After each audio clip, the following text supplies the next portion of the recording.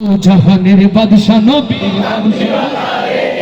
এই ভালোবাসা সর্বোচ্চ মিশর যেতে পারে, যে পিরামিডে আটকে থাকবে বাংলাদেশের গুলো আর রিয়াজুল জান্নাতে যাবে না। কিভাবে যাবে? নেতার নামে স্লোগান দিতে হলে এতক্ষণ তো ওই সাগর পার পর্যন্ত কেঁপে উঠতো। আস্তা ঠিক না জোরে? আর যেই না বলছি নবীর কথা জবান থেকে বের হয় না। বাংলাদেশের মসজিদের গল্প বলবো, মসজিদে ইমাম সাহেব বলেন আমরা সবাই দিন ইসলামকে অনুসরণ করে অনুকরণ করব, জীবনে ইসলামকে ধারণ করব। কারা কারা? মুসল্লিরা হাত তোলে। যেই বলে আমাদের রাষ্ট্র ব্যবস্থা ইসলাম কায়েম করতে হবে, তার জন্য প্রস্তুত আছি কারা? বলে হুজুর রাজনীতির কথা বলেন না। এরা কপাল পোড়া, এরা কপাল পোড়া যারা মসজিদের মধ্যেই কেবল ইসলামকে রাখতে চায় আর রাষ্ট্রীয় গণভবন সংসদ ভবন থেকে ইসলাম মাইনাস করতে চায়। এরা আবু জেহেল আবু লাহাবের উত্তরসূরি। এখনো বাংলাদেশের মুসলমানদের মাথার উপর দাঁড়িয়ে যারা ইসলামী আন্দোলনের আলেম ওলামাদেরকে ধর্ম ব্যবসায়ী বলে, যারা বলে রাজনীতির সাথে ইসলামের সম্পর্ক নাই, ওরা আবু জেহেল আবু লাহাবের উত্তরসূরি, কোনো ফতোয়া লাগবে না।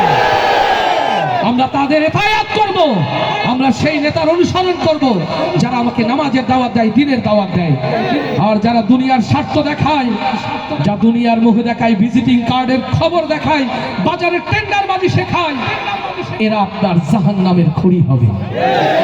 অতএব সাথী নির্বাচন, ওরাসাতুল আম্বিয়া গায়েবে রাসূল যারা, আলেমে দ্বীন যারা, এ জাতি অনেক কিছু দেখেছে, নাস্তিক মুস্তাদ স্বৈরাচার দেখেছে।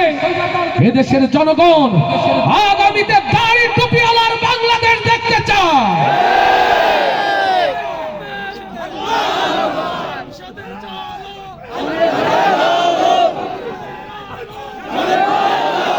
ভেবেছিলাম মোংলায় আবার আসা যাবে, কিন্তু আপনাদের কণ্ঠের যে অবস্থা, মনে হচ্ছে আর নদী পার হয়ে পাশে আসা হবে না।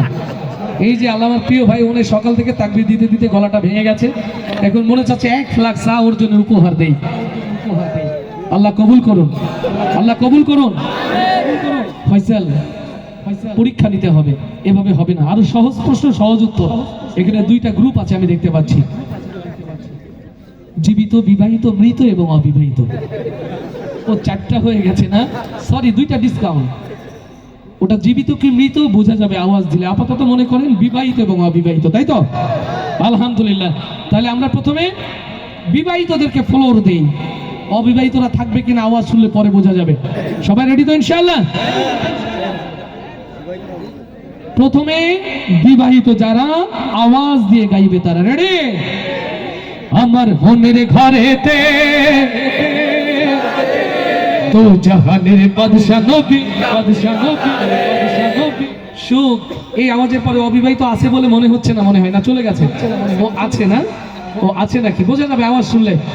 রেডি? রেডি? আমার মনের ঘরেতে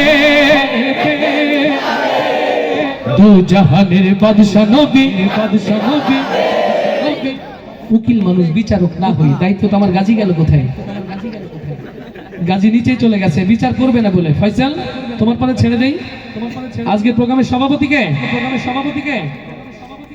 মাহমুদ গাজী ভাইয়ের শ্রদ্ধাভাজন বাবা আছে, বাবাজি দাঁড়ান। আল্লাহু আকবার, আমাকে রিসিভ করেছেন। সুবহানাল্লাহ। আওয়াজটা আসলে কোনটা বেশি জোরে হলো একটু বলেন তো? ভালো করে বলেন।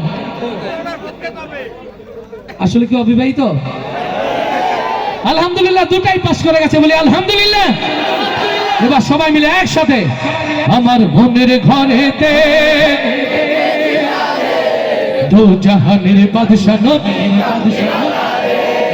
মনের ঘরেতে রেখেছি জানে দো জাহানের বাদশা নবী, কামলিওয়ালা রে, দো জাহানের বাদশা নবী, কামলিওয়ালা রে। আমার দয়ার নবী রে, আমার মায়ার নবী রে, হে ও আমার দয়ার নবী রে, আমার মায়ার নবী রে, দো জাহানের বাদশা নবী, দো জাহানের বাদশা নবী, কামলিওয়ালা রে। আমার মনের ঘরেতে রেখেছি যারে দো জাহানের বাদশা নবী, কামলিওয়ালা রে, দো জাহানের বাদশা নবী, কামলিওয়ালা রে। আমার দয়ার নবী রে, আমার মায়ার নবী রে,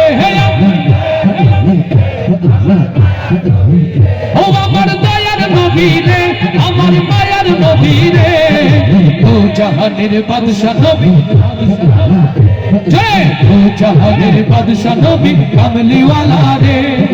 মোরা যদি ডানাওয়াল পাখি হতাম, ওই মদিনা দেখার লাগি উড়ে যাইতাম। মোরা যদি ডানা